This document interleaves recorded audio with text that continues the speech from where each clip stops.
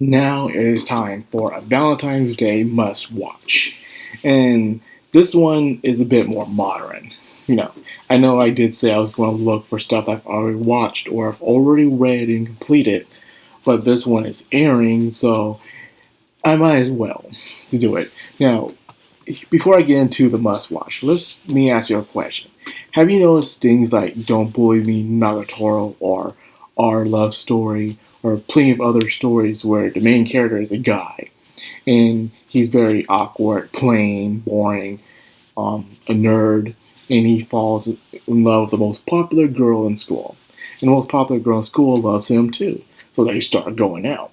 And it creates confidence for the main character.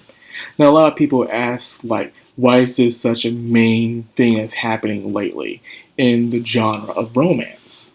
And they feel like it's new. It's something that's never been done before, and they're tired of seeing it sometimes, It's always the main male character that's a loser that's wishing for their female popular hero to swoop up and sweep them off their feet. But believe it or not, this has always been a main trope for a long time. But this time the role's just been reversed.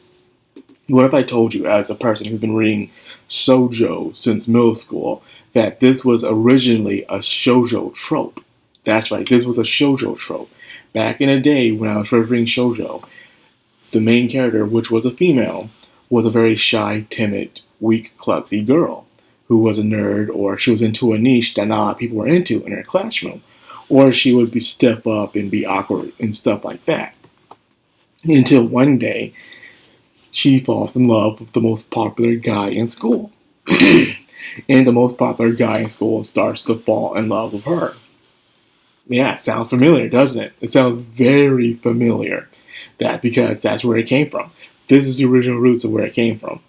Yeah, it's always been there. It's just that the roles just reverse for it to be more for a non-shoujo like romance this time. There's shoujo romance and there's regular romance. Most of the time, shoujo romance is focused on the main female character as the main character, seeing everything through her perspective. But now, I guess people see it as regular romance is where it's the guy, and it's about his perspective when it comes to the romance. So, there you go. Honey Lemon Soda brings that back after years of it being gone away. Or maybe it hasn't really left, it's just that most of those kinds of shoujo animes don't get animated lately. People realize that mostly when it's the main character being a guy, being the lead, is more popular for the masses. That's what they believe. Now, this one is about a girl who just left middle school, and her name was called Stone. Her name is Yuka Ishimori, pretty much. And since middle school, she's been called Stone. She's been called Stone because she freezes up. She doesn't know how to speak out. She's shy. And a lot of us go through that during middle school. Very self-conscious, very timid and stuff. Very shy and everything. And people will sometimes make fun of us for it.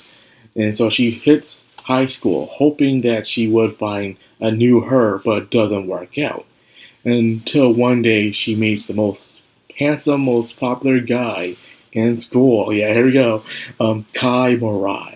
A very straightforward, outspoken kind of dude. Some see him as a stone, but in a different kind of way, where he's very bold and kind of harsh sometimes. He always speaks his mind.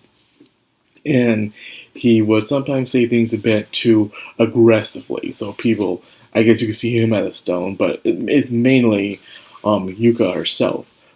As the time goes on, Kai tries to bring Yuka out of her shell. He wants to make sure that she has a good high school life. And by doing that, he pushes her in certain directions to give her the courage and determination to step out, to break out of her shell, one would say, because she is too scared to do it. A lot of people wish that they can break away from their old selves, but it's a lot harder than it seems. And sometimes you need that person to push you in the right direction, just to give you that head start. You'll be surprised how far that can go in this life. And that's exactly what Kai does.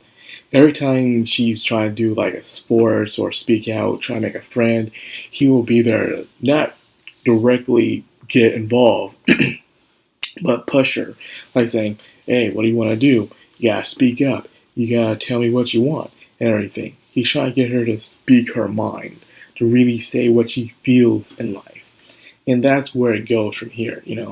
I'm only like what 3 episodes in. I'm planning to read the manga when the anime ends, and so far I am liking it. It reminds me of the old shoujo of back then that I used to read. Like Fruits Baskets. Well, Toro herself, which is the first shoujo in manga I've ever read. Fruits Baskets, by the way, must read and watch. She was not shy though. She was very upbeat and stuff, but she was a klutz. Her weakness was her in strength was her kindness and everything. So there's a big, big difference there.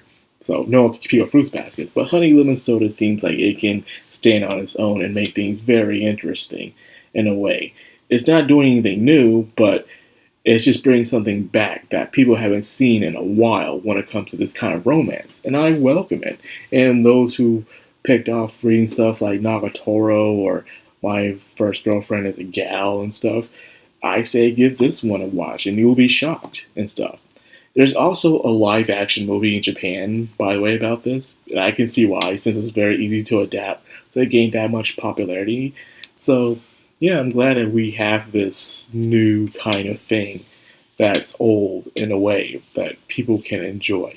Romances are like that and stuff. So, we'll see where it goes from here. So with that being said, I'll end the video here. I hope you guys enjoyed. If you did, like, comment, and of course, hit that bell icon. This has been Madcrownxox. I'm Anime. Signing out.